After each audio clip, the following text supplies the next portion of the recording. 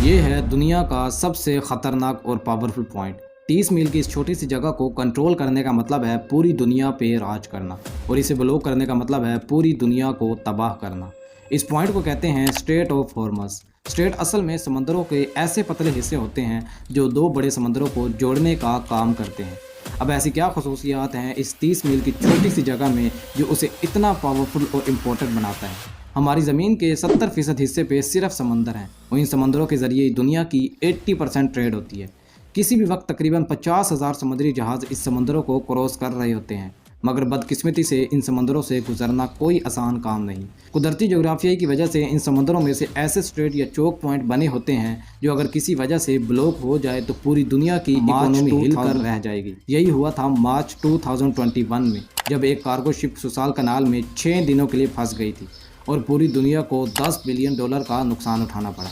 इसके अलावा भी दुनिया में बहुत से चोक पॉइंट हैं, जैसे कि पैनामा कनाल जो पैसिफिक और एंटार्क्टिक ओशन के दरमियान ट्रेड को कंट्रोल करती है, केप ऑफ गुड होप जो पूरे अफ्रीका कॉन्टेक्ट की ट्रेड को कंट्रोल करता है, स्ट्रेट ऑफ जिब्राल्टर जो कि मेडिटेरियन और एंटार्क्टिक सी के दरमियान ट्रेड को कंट्रोल करता है, डेनिस स्ट्रेट जो नॉर्थ सी के ट्रेड को कंट्रोल करता है, टर्की स्ट्रेट जो मेडिटेरेनियन और ब्लैक सी के दरमियान ट्रेड को कंट्रोल करता है, और आखिर में स्ट्रेट ऑफ मलाक्का जो पैसिफिक और इंडियन ओशन के ट्रेड को कंट्रोल करता है। मगर इनमें से कोई भी पॉइंट इतना डेंजरस और इम्पोर्टेंट नहीं जितना स्ट्रेट ऑफ हॉर्मज़ है, और इसकी वजह यह है कि पर्शियन गल्फ और गल्फ ऑफ ओमान को कंट्रोल करने का ये वाहिद रास्ता है, और यहीं से सारे समुद्री जहाज़ निकल के पूरी दुनिया में जाते हैं।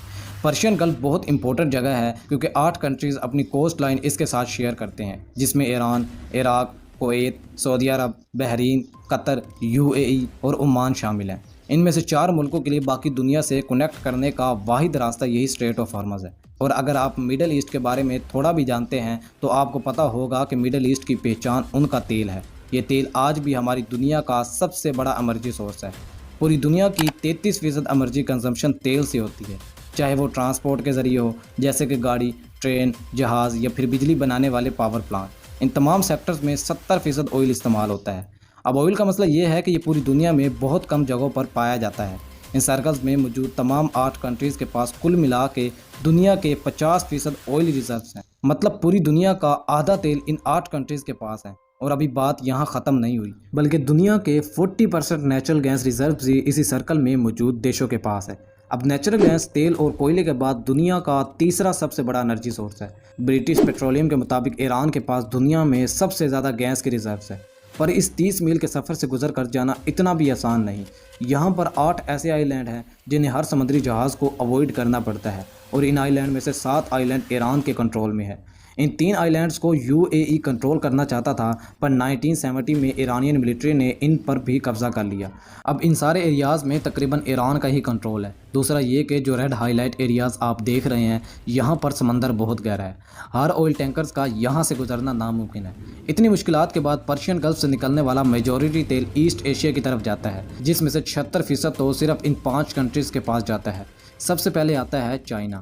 चाइना दुनिया की दूसरी सबसे बड़ी इकोनॉमी है और दुनिया में सबसे ज़्यादा पेट्रोलियम इंपोर्ट करने वाला मुल्क है। चाइना की टोटल पेट्रोलियम इंपोर्ट का तकरीबन 43% इसी स्ट्रेट ऑफ हॉर्मज़ से गुजर कर आता है। जापान दुनिया की तीसरी सबसे बड़ी इकोनॉमी है, जिसे अपनी 100% एनर्जी इंपोर्ट करनी पड़ती है, और इस 100% इंपोर्टेड एनर्जी सप्लाई में से तकरीबन 80% इस 30 मील के चोक पॉइंट से गुजर कर आना पड़ता है। इंडिया वर्ल्ड 6 लार्जेस्ट इकोनॉमी भी अपना 70% और 50% गैस इसी पर्शियन गल्फ कंट्रीज से इंपोर्ट करता है, और वो भी इसी रास्ते से। इस तरह साउथ कोरिया जो कि दुनिया की 10th लार्जेस्ट इकोनॉमी है, अपना 70% ऑयल इन्हीं पर्शियन गल्फ कंट्रीज से टैंकर के थ्रू इंपोर्ट करता है, जो उसी 30 मील से गुजर कर आता है। और अगर ये 30 मील की छोटी सी जगह किसी भी वजह से लंबे अरसे के लिए ब्लॉक हो जाए तो दुनिया की दूसरी, तीसरी, छठी और 10वीं इकोनॉमीज़ बिल्कुल कोलैब कर जाएगी, और इसी तरह पर्शियन गल्फ में मौजूद तमाम 8 कंट्रीज़ का सोर्स ऑफ रेवेन्यू भी ख़त्म हो जाएगा, और एज अ रिज़ल्ट ये पूरी दुनिया में एक ज़बरदस्त इकोनॉमिक क्राइसिस आ जाएगा। इसलिए ये दुनिया का सबसे ख़तरनाक और इम्पोर्टेंट चोक पॉइंट है।